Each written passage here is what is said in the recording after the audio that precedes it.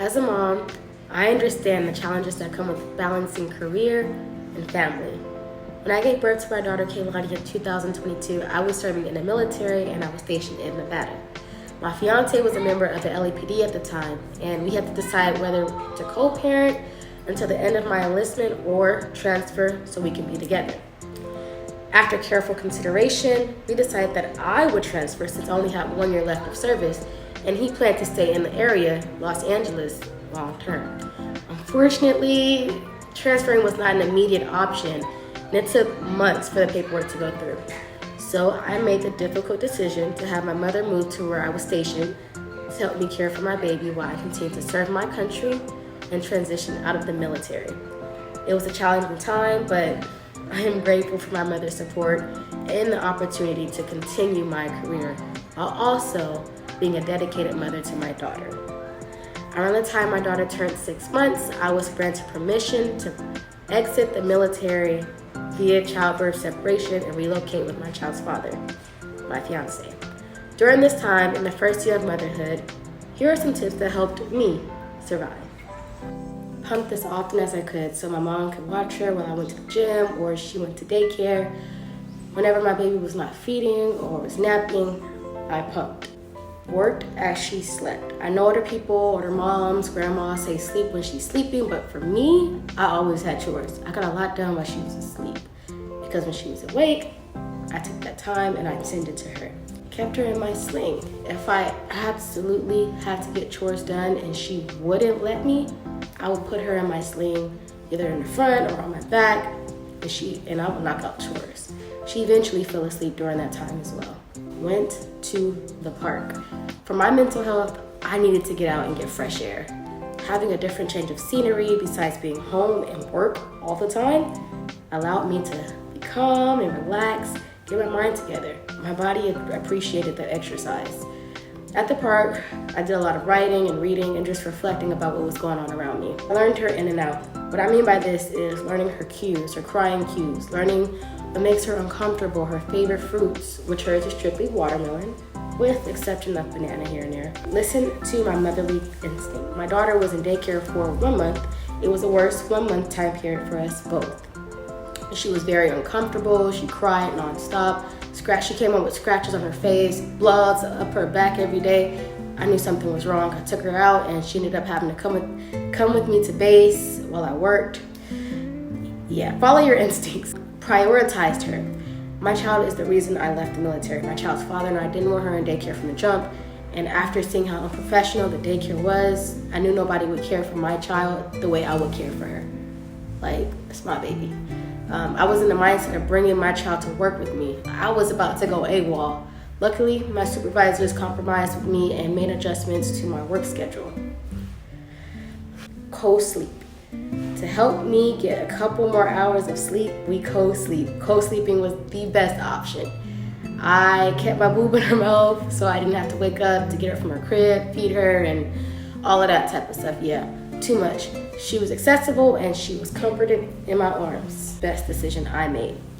While I attempted to get out the house to get chores done while she was awake, I found educational shows like Gracie's Corner to keep her occupied a couple minutes. Nothing is wrong with TV time as long as it's educational. I allowed her to be clingy and to be loved. There's no such thing as a spoiled baby, and I'm glad I picked her up every time she cried. She needed me. Your baby is a baby and has never been here before. You're his or her mother and they love you and they want to be loved. Babies cry because that's how they communicate. They're either hungry, need a diaper change, uncomfortable, or need help going to sleep. That's okay. Patience. You're constantly learning, so is your child. Every baby is different. Some babies cry more than others. Just be patient. I just want to support. My mother moved to Las Vegas, Nevada to support my daughter and I because I was alone. And as I mentioned earlier, my fiance was a member of the LAPD. He would travel pretty often to be there, but he couldn't be there every day. He had a career as well. I appreciate him for everything that he did. It was a lot. 4 hours there, 4 hours back. My grandmother gave me tips and inspiration to keep going, as well as when I moved to Los Angeles, she watched Kaylani My fiance's parents also helped watch Kehlani. They spent time with her when I started school and when Carlos would go to work. But those are things that helped me, get through everything that I had to get through to get here. My daughter is 15 months now. She's 15 months. And I love every moment of being a mom.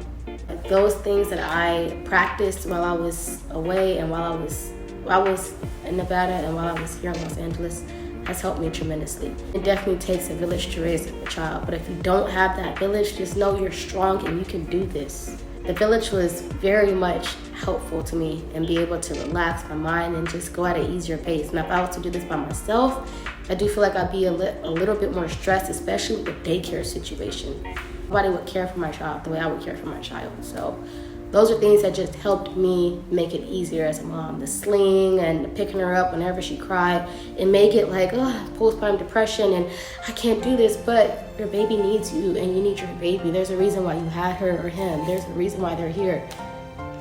Patience as well. Like, you're not going to get it on the first time and your baby isn't either. You're learning together. You're growing together. If your baby is crying, take her or him outside and watch. Immediately they'll just stop crying. They're getting some fresh air. They're looking at how bright outside is, and it just feels so good to just be around nature. I'm telling you, that stuff works.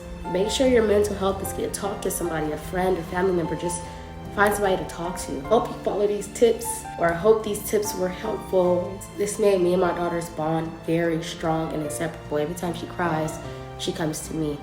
Every time she wants to go to sleep, she comes to me. And it feels good to have that one person that looks at you and it's like, that's my safe space. You become your baby's safe space and your bond becomes inseparable. These are some tips that helped me along the way. I understand the importance of building a strong bond with your baby. It takes time and patience as they enter this new world and not knowing what to do or how to operate. I want to share some tips and habits that have helped me and my daughter create an inseparable bond. Congratulations on your new journey as a mom. It is truly a wonderful experience. But if you have any questions, comments, or additional tips to share with other moms, please leave them down below. And don't forget to like and subscribe for informative content.